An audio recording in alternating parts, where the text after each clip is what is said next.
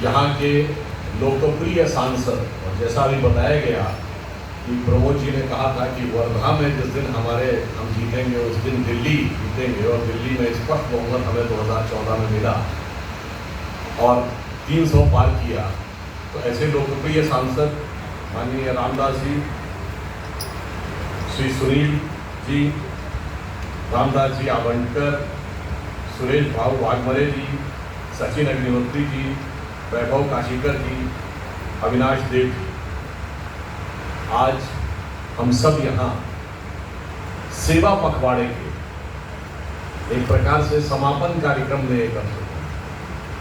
सेवा पखवाड़ा आदरणीय प्रधानमंत्री श्री नरेंद्र मोदी जी के जन्मदिन 17 सितंबर से प्रारंभ हुआ था और बापू के जन्मदिन 2 अक्टूबर तक चलना था। इसी बीच में हमारे वैचारिक अधिष्ठान के प्रणेता पंडित दीनदयाल उपाध्याय जी का भी जन्मदिन 25 सितंबर को पड़ता था, और इसी बीच में 28 सितंबर को शहीद आजम भगत सिंह का जन्मदिन भी पड़ता है। और आप सोचिए, सेवा का पखवाड़े के लिए इससे बेहतर तो संयोग ही नहीं हो सकता था कि शुरुआत ऐसे व्यक्तित्व के जन्मदिन से हो, प्रधानमंत्री श्री नरेंद्र मोदी जी, जिन्होंने अपना जीवन ही इस भाव से शुरू किया हो कि तन समर्पित, मन समर्पित और यह जीवन समर्पित, चाहता हूं देश की धरती तुझे कुछ और भी। और जब उनका जन्मदिन होगा तो हमें उनके जन्मदिन को मनाने में इसलिए भी प्रसन्नता होती है क्योंकि वो अपनी आयु का प्रयोग कैसे कर रहे हैं। वो इसकी अगली पंक्ति में आता है कि मानो वो कह रहे हैं, वो स्वप्न अर्पित, प्रश्न अर्पित, आयु का क्षण क्षण समर्पित, चाहता हूं देश की धरती तुझे कुछ और। और फिर 25 सितंबर आए, जहां दीनदयाल जी, जिन्होंने अंत्योदय का संकल्प लिया कि समाज की अंतिम सीढ़ी पर खड़े हुए व्यक्ति का उदय जब तक नहीं होगा, स्वतंत्रता की सार्थकता नहीं होगी। फिर बापू के जन्मदिन पर समापन हो, जिन्होंने क्या कहा था, वैष्णव जन ते तेने कहिए जे पीर पराई जाने। तो सब के सब महानुभाव हमें सेवा का ही संदेश दे रहे थे। और यह देखिए सुखद संयोग कि आज 7 अक्टूबर के दिन हम लोग यहाँ एकत्र हुए। 7 अक्टूबर ही वो दिन है जब ठीक 21 साल पहले श्री नरेंद्र मोदी जी का भारत की राजनीति के सत्ता के प्रतिष्ठान पर पदार्पण हुआ था। वो 21 साल पहले आज ही के दिन गुजरात के मुख्यमंत्री बने थे।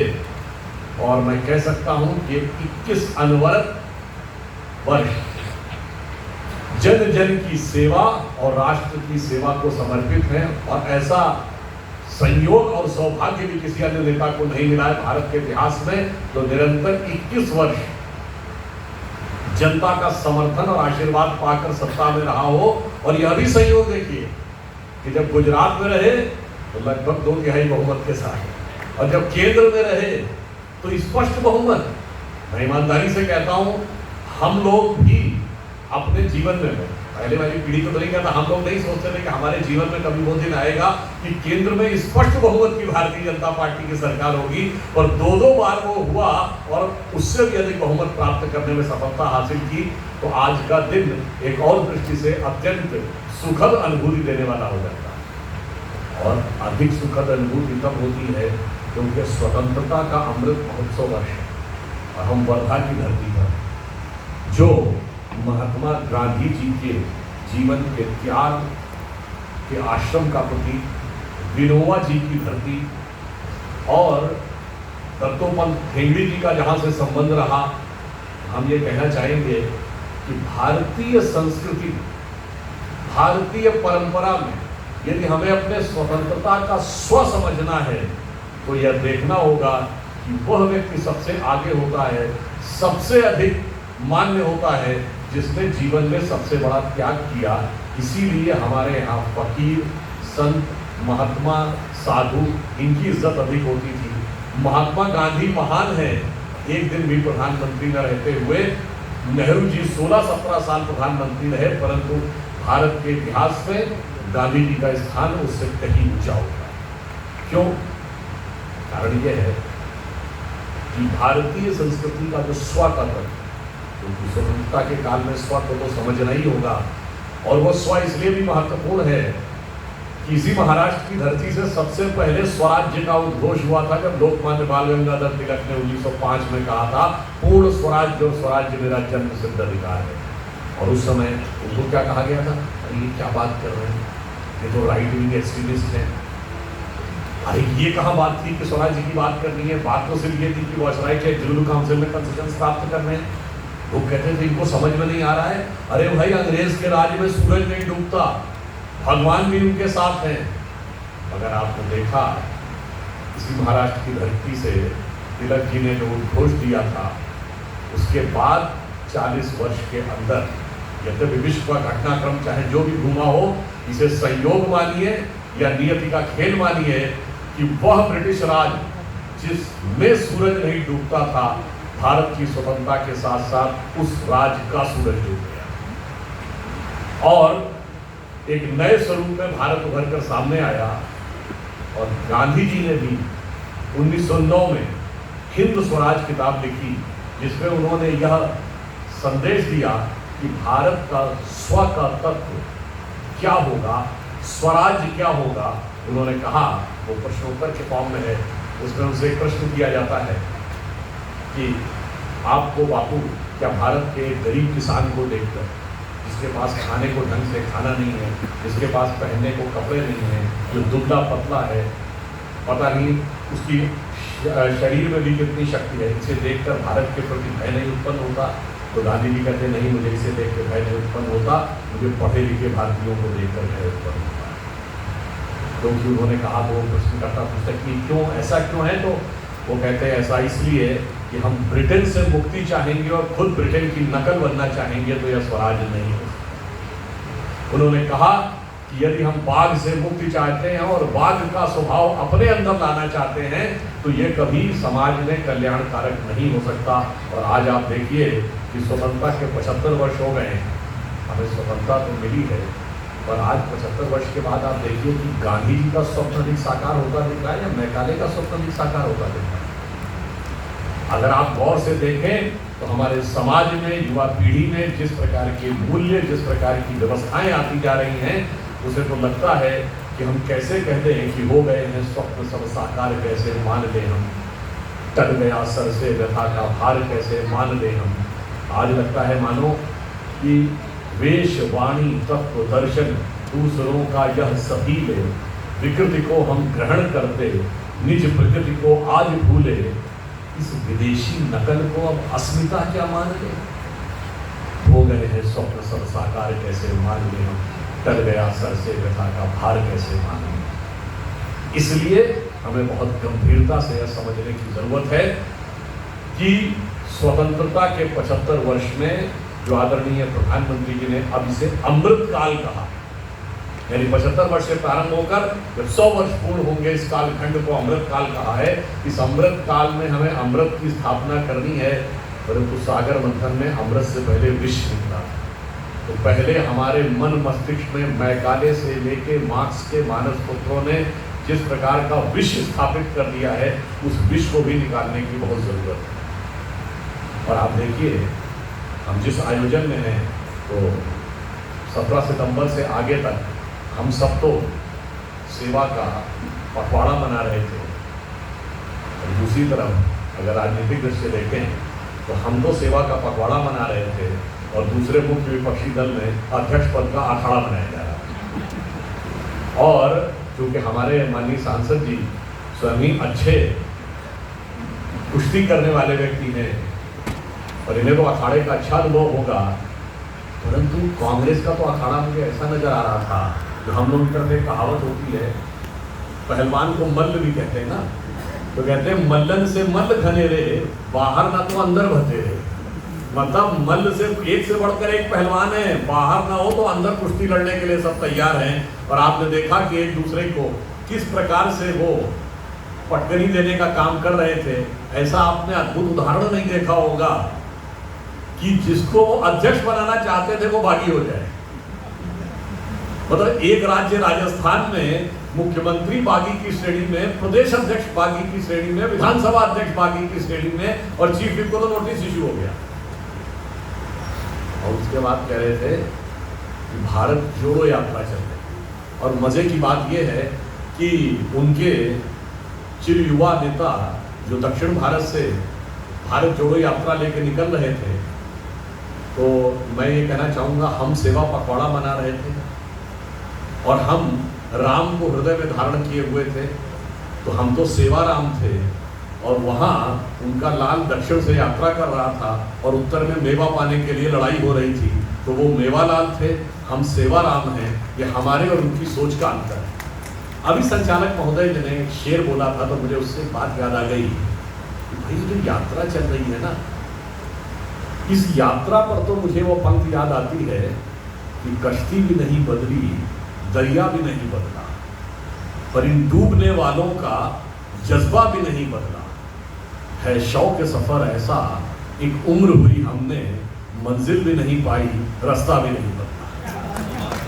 तो ये उलझन के अनुसंधान में लगे हुए हैं और अध्यक्ष पद के अनुसंधान में कितना घमासान हुआ वो सबको दिखाई पड़ रहा है। तो देश की जनता के सामने बहुत स्पष्ट था कि एक विचार वो है जहां प्रधानमंत्री महोदय हैं जो कि क्षण क्षण प्रति क्षण राष्ट्र को अपना समर्पित करते हुए राष्ट्र को एक नए सोपान की तरफ ले जा रहे हैं, तो दूसरी तरफ वह शक्तियां हैं जिनमें कि क्या संघर्ष है। और आप ये भी समझिए, इस अमृत काल में दो तीन बातें हैं। एक तरफ है जो प्रधानमंत्री ने संकल्प दिया 15 अगस्त को, क्या 5 प्रण लिए। पहला, हमें भारत को 2047 तक विकसित राष्ट्र बनाना। दूसरा, हमें गुलामी की मानसिकता के हर तत्व को मन से निकालना है। तीसरा, अपनी विरासत पर गर्व करना है। और चौथा, सबको मिलकर सामूहिक प्रयास करना है। और पांचवा, सबको इस हेतु अपने कर्तव्य का पालन करना है। और आप देखिए कि हमने यह 5 प्रण लिए हैं, भारत को हम यहाँ बनाना चाहते हैं। दूसरी तरफ ऐसी भी शक्तियाँ हैं जो 2047 तक गज़वाए हिंद का ख्वाब में देख। तो ये कालखंड इतना सहज भी नहीं है कि हम ये सोचें कि बहुत सहज है, परंतु ये समझना चाहिए कि कदम कदम पर हमारे सामने किस प्रकार की चुनौतियां और किस प्रकार के भ्रम उत्पन्न किए जा रहे हैं। मैं कभी ताज़ा उदाहरण देना चाहता हूँ।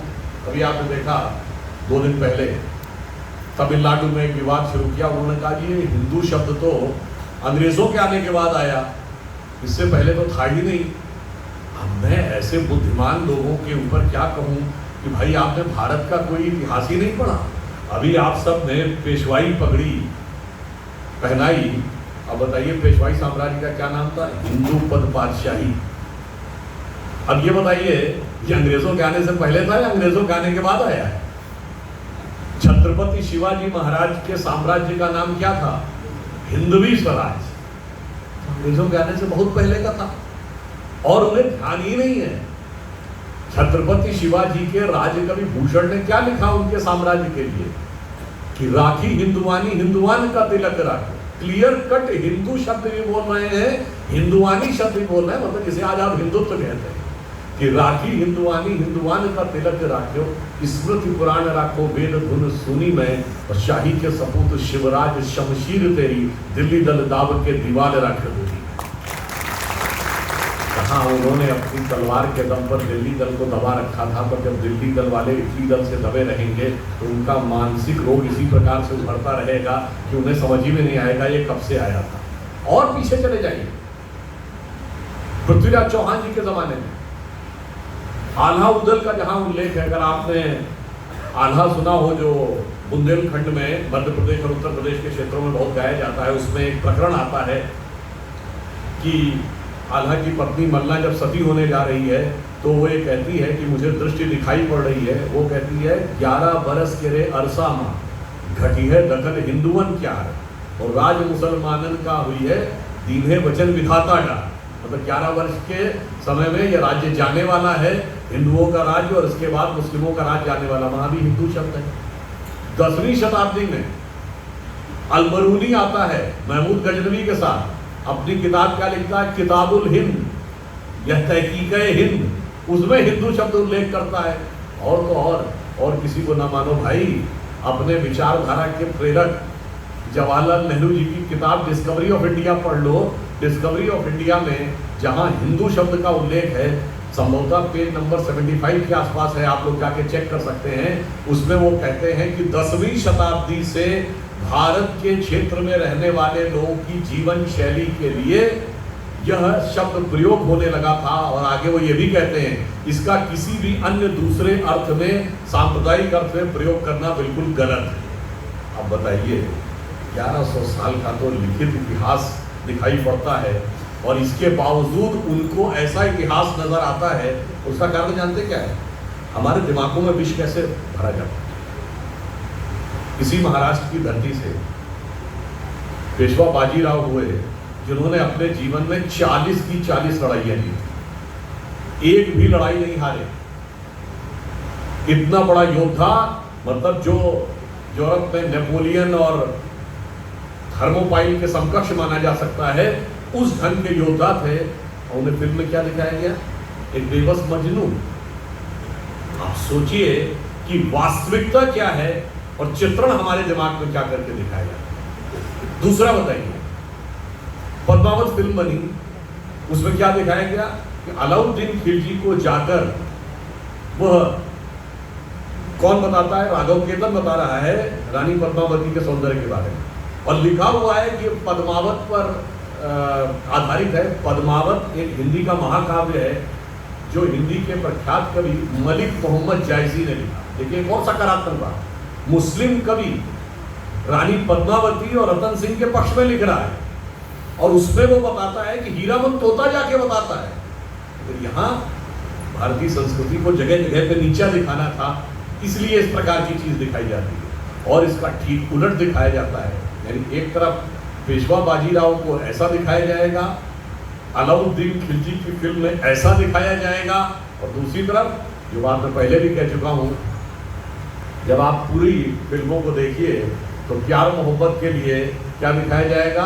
वही सलीम अनारकली, जोधा अकबर, शीरी फरहाद, लैला मजनू, शाहजहां नूरजहां।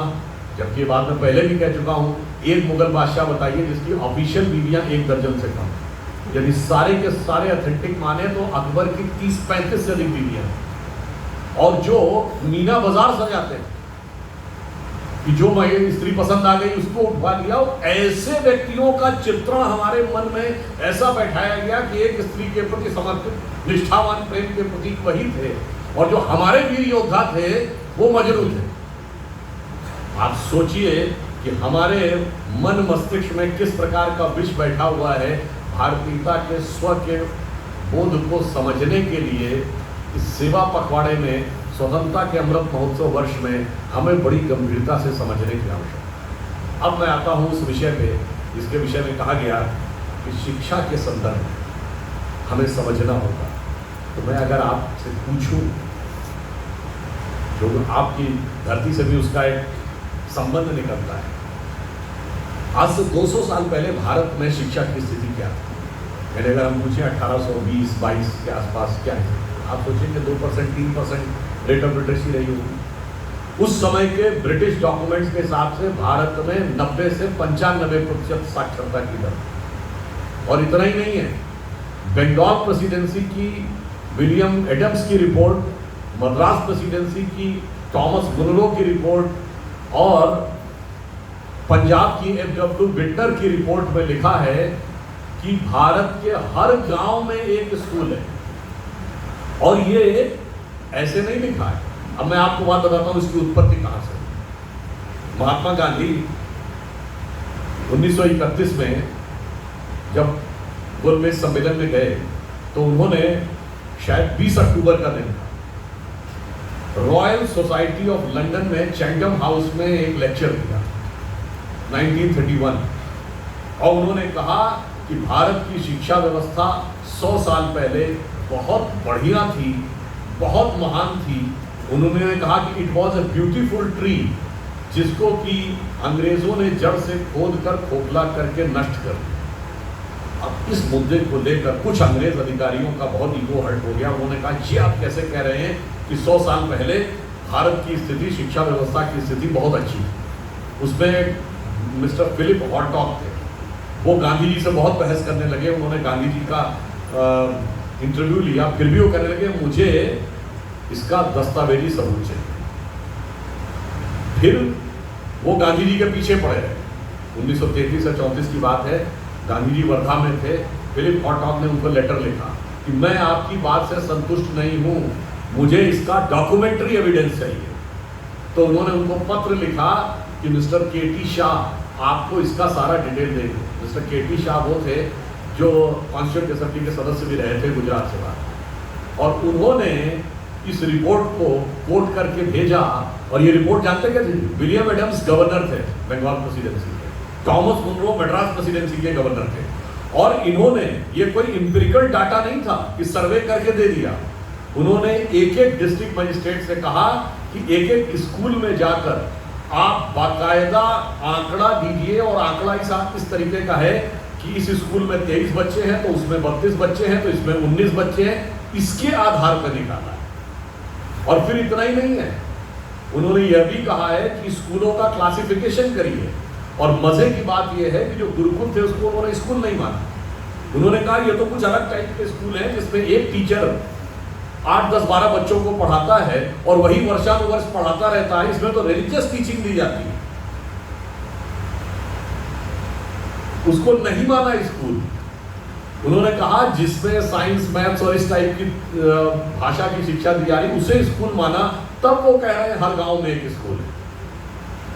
और इतना ही नहीं, अपने यहाँ ब्रिटेन में उन्होंने उस स्कूल को भी स्कूल माना जो संडे की चर्च की प्रेयर के बाद 2 घंटे के लिए हफ्ते में एक बार स्कूल लगता था, उसको भी स्कूल काउंट किया।